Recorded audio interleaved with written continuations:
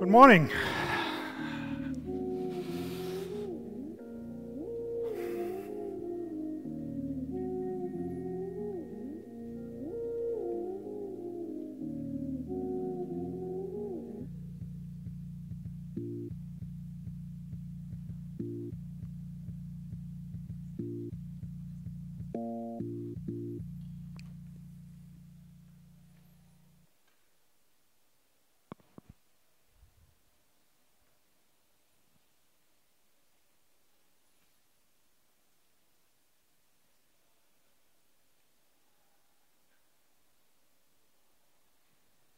I mean, you get the idea. At this point, we have to ask ourselves, are we fucking mad?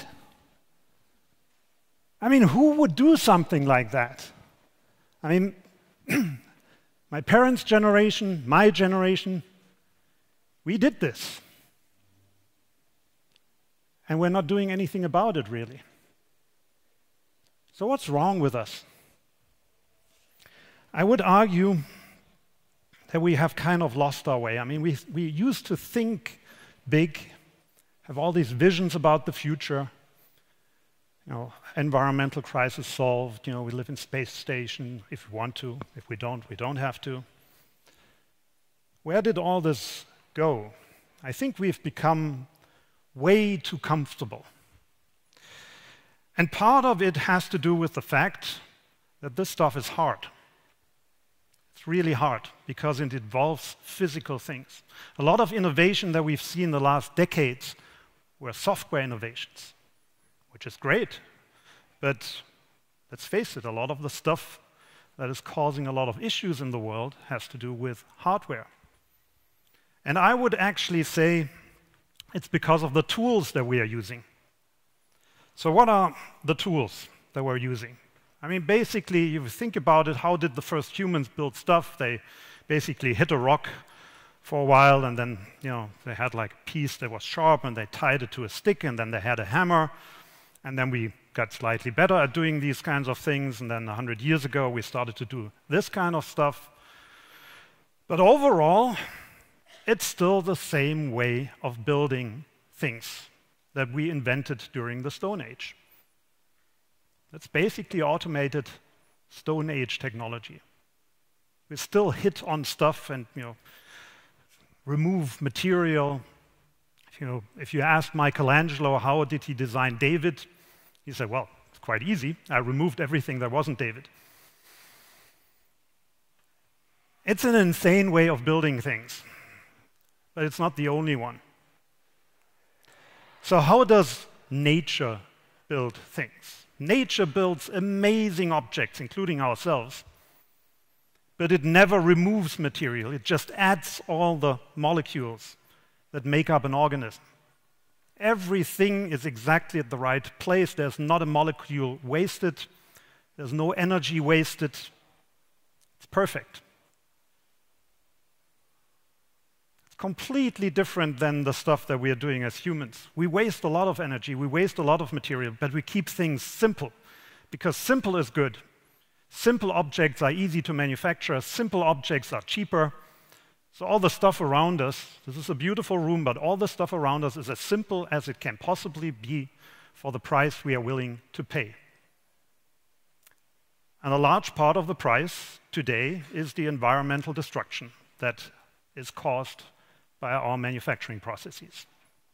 Even if we solve the energy problem with renewable energy, our manufacturing processes are inherently wasteful, completely in contrast to what nature does. So can we humans build things the same way that nature builds things? Well, it turns out we can. 30 years ago, additive manufacturing was invented. 3D printing. 3D printing works exactly the same way that nature works. It just adds all the material that makes up an object. And there's not a molecule wasted, because why would you? You only put the stuff in place that you need. So that was 30 years ago. And A lot of you here know 3D printers and they think, yeah, little plastic parts, etc. But almost unbeknownst to a lot of people, additive manufacturing, industrial 3D printing, has come a long way. We can work with almost any material. We can work with metals, we can work with polymers, of course, we can work with glass, we can work with ceramics, we can work with mixed materials. Think about what you could do if you could mix ceramics and glass and metals at the same time. You can build electromechanical devices. So we are at the point where we can actually manufacture very, very complex and interesting things using additive manufacturing. And in fact, if you've flown in an aircraft recently, in a modern one, chances are that there were really large 3D printed parts directly in the aircraft turbine. So we're talking about titanium parts that rotate at high speeds and high temperatures. So, in theory, we can build objects now that approach the complexity of nature. And nature has always been an inspiration. If you look at a coral here, for example, and I was recently at the Louvre in Abu Dhabi, it looks very similar. But there's a problem. This took a long time to design. You know, somebody spent a lot of money, not just on building this thing, but also on engineering it. Because our tools are essentially descendants of Leonardo da Vinci's tools. So how did Leonardo da Vinci create his drawings for the plans, for the objects he wanted to create? He basically drew them visually on a piece of parchment. And that's essentially how we still do it. Now, can we do it differently? That's the question I asked myself 5 years ago. And then I started a company around it called Hyperganic.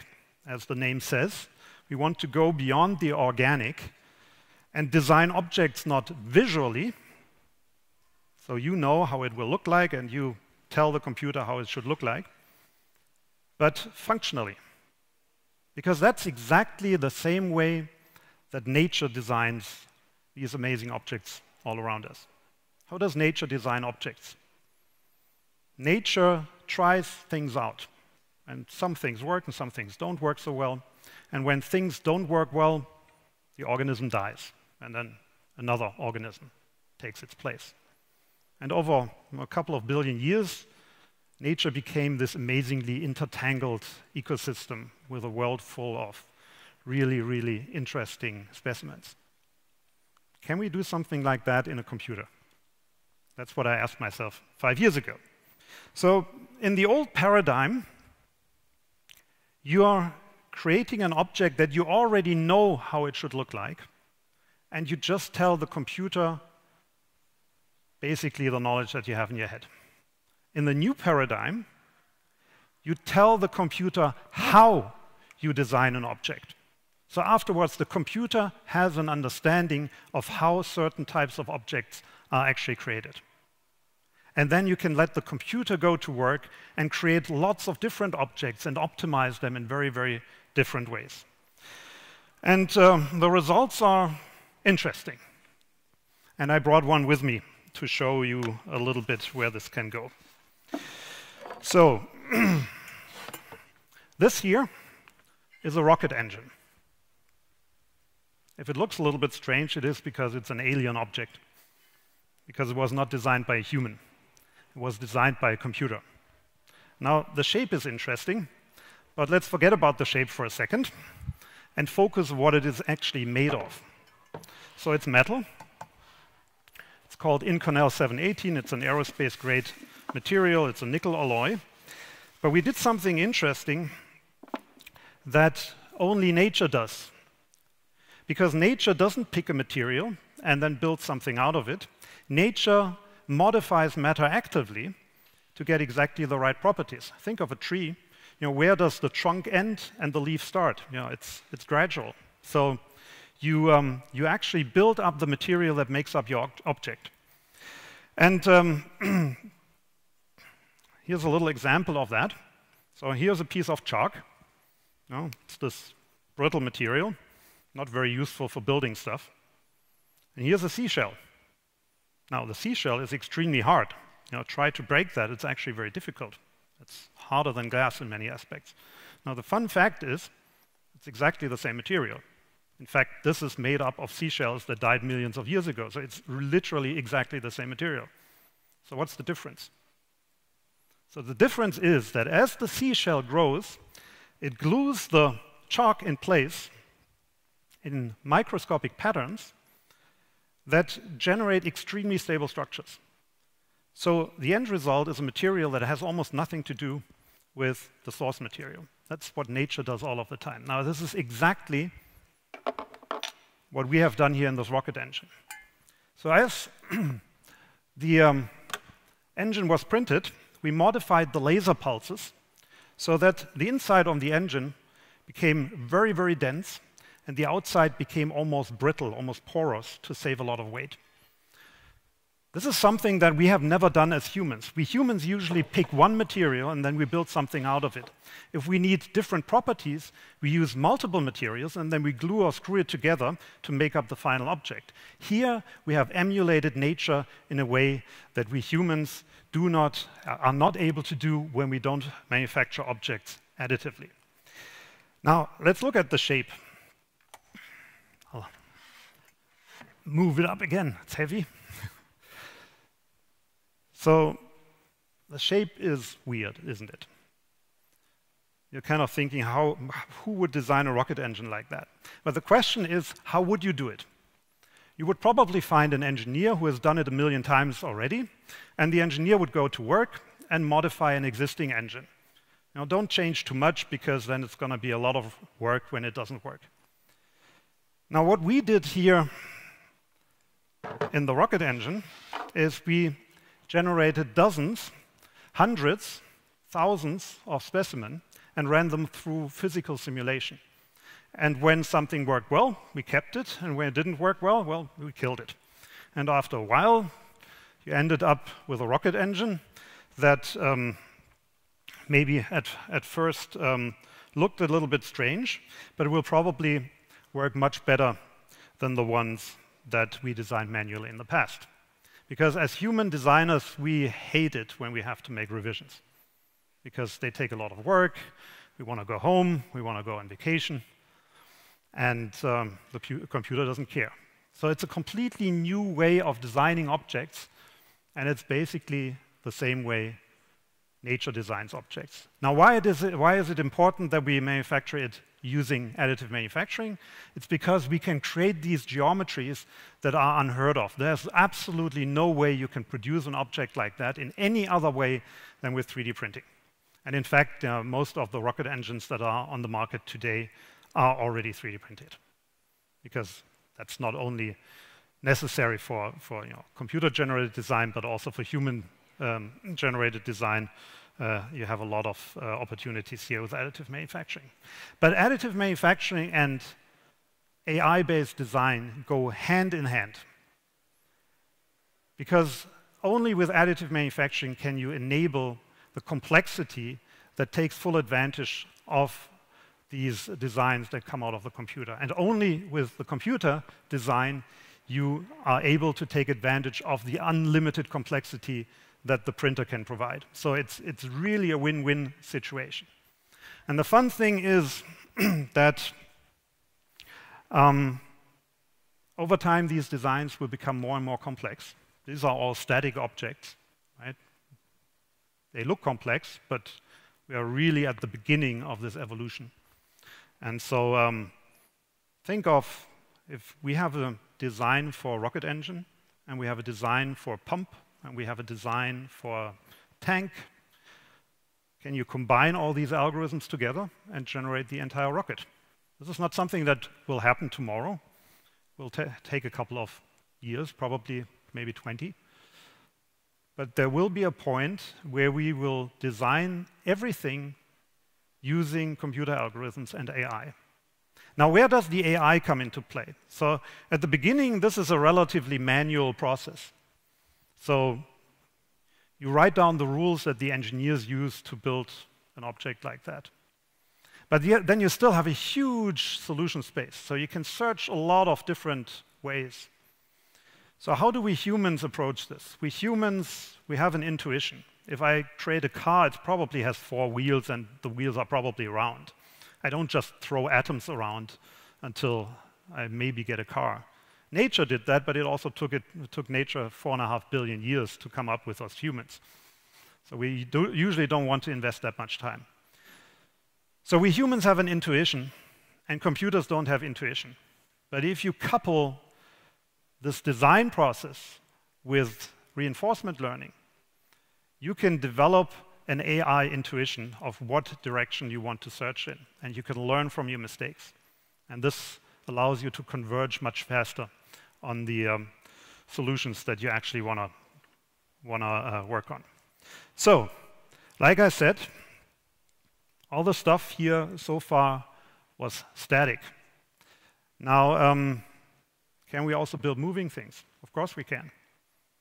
We are working with a printer company right now that can print metal and ceramic at the same time. And if you have an isolating material and a conducting material like copper, you can print an electromechanical device like an electric motor.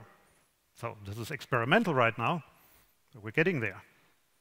And think of how you would design an electric motor when you're not winding copper wire, but when you're basically just throwing the copper atoms at the right place. You would come up with completely new geometries and completely new performance data. So this is the future. This is really where we are looking at. And we finally have a tool that allows us to create objects that are as complex, but also as efficient, both in terms of material and in terms of energy use as nature. And I think this is the tool that we need to get to the next level of innovation. Innovation will happen much faster, and it will happen in the physical space, and that's exactly what we need now to solve these huge issues that we have brought upon us in the last 100 years. So I want to leave a little bit of time for questions, so thank you very much for your attention, and I want to open it up for questions.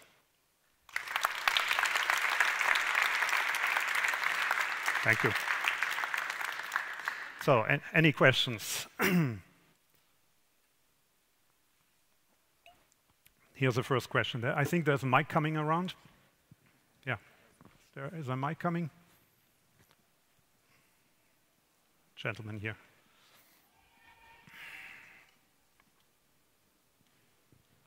Thank you. Thank you very much for your presentation. It was very impressive. Do you have any examples of what kind of work you do for your clients? What is it that they mostly like? Yeah, most of it is under NDA, but this is why we did the rocket engine ourselves with input from a rocket startup here in Munich. So most of the objects that we do fall into 2 categories. Category number 1 is objects where you need a lot of variation. So these objects are usually very simple. Thinking about shoe soles, for example. Every human has different feet, but we're all wearing the same shoes, so none of the shoes really fit. So can you scan your foot and automatically generate a shoe? So it's a really simple thing. So there's lots of this, from prosthetics to dental to apparel, etc. So this is one field. The more interesting thing is the stuff that we do with the industrial clients in the field of objects that have never been done before. So we're talking about electric motors is one field. We're talking about heat exchangers, for example. What is a heat exchanger? It's something that exchanges heat. You need it everywhere, from air conditioning systems to refrigerators, etc. And they become very complex very quickly. And the way we've designed it in the past as humans is we designed one of these objects. It was a lot of work. And then the machine that uses this object was actually designed around it. So you look at what kind of heat exchangers you find, what kind of components, and then you find one that's more or less fitting, and then you build your machine around it. What we are now doing is basically saying, okay, how much space have you left on your device? Can I fill it with functionality? Another field, and that's quite experimental, is the 3D printing of batteries. Because here you have the same problem. There's a famous story of Steve Jobs. When they designed the first iPhone, he said, it's too thick. And you have to make it thinner. And then the engineer said, sorry, there's no space left. It's completely full. And he took it and he dropped it into a bucket of water, and there were air bubbles coming out. And he said, no, see, there's still room for improvement. So we all know why there was still air gaps in there, because we use components and then put them together. But if you can print these components directly into the space that you have, you can make these things much more efficient. And one area is batteries. We're working with a Chinese company on that. And I hope that at some point the German industry will also wake up and do something with batteries again. So we're happy to work with them. But yeah, I mean, long answer to a short question. Any more questions here? Yeah, in the back.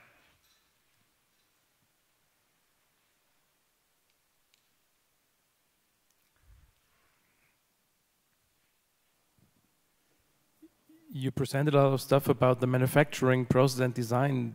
Do you also think about biological materials to be applied for that?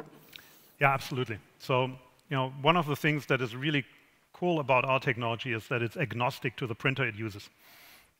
So we built the software, that enables the design. But what comes afterwards, the printer, there's basically 4 different ways of printing things, in industrial 3D printers. And one area where 3D printers are used is bioprinting, right? So there are people, actually there's a talk by Lutz later, he will talk about printing livers and kidneys. So yeah, how do you design a kidney or a liver? Today, astonishingly, you sit down in a CAD system and you draw the blood vessels. And it's completely idiotic. This is an algorithm. I mean, it's an algorithm in your body, right? So how is your liver created? Well, there's blood vessels that have to flow into all the direction. It's a perfect example of something that should be done with an algorithm and not with a human designer. So yes. More questions? One here. Just a second, let's get the mic here so everybody hears you.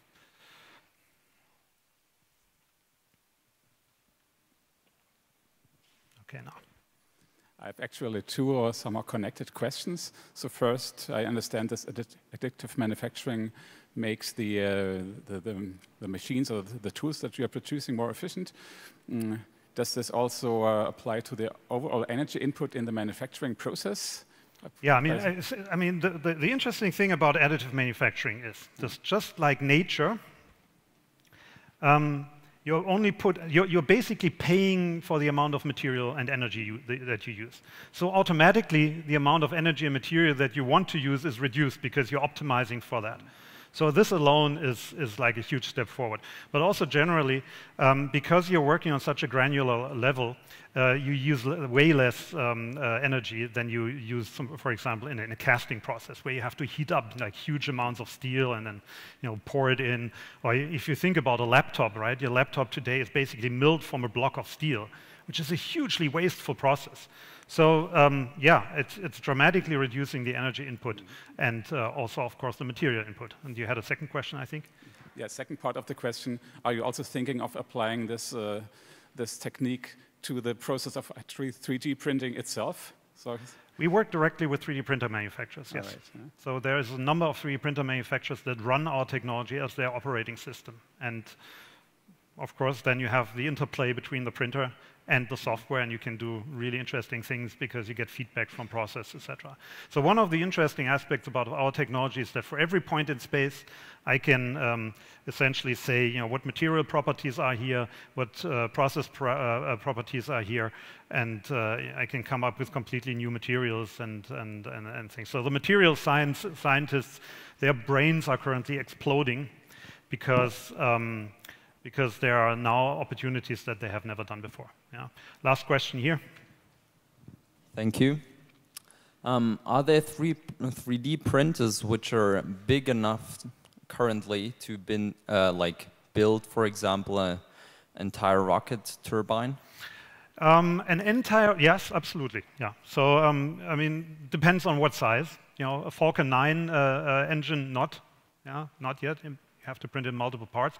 There are printers that are big enough, but they are, on the other hand, right now not precise enough. But there are, so essentially there is no real limit. It's a question of speed.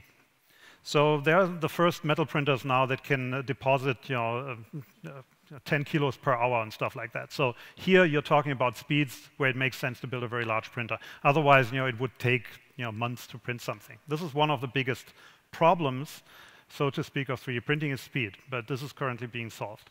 But the Boeing CEO 5 years, 6 years ago said, his goal is to print an entire airliner. And they have recently actually printed a significant part of an aircraft wing. So there are printers out there that can do it. Most of them are experimental. And of course, there are printers that can print other things like buildings. So in the end, I think, frankly, there will not be any area in the world that will not be affected by additive manufacturing, because it makes so much sense, whether it's the building industry, biology, or any other technology field. And one of the interesting things is that you can combine multiple processes. You can print solar cells on top of something. You can print electronics board inside of objects, et cetera, et cetera. So it's a brave new world. So if you want an exciting field to work in, we are hiring, and generally it's a fantastic field to get engaged in because it's so broad. Thank you.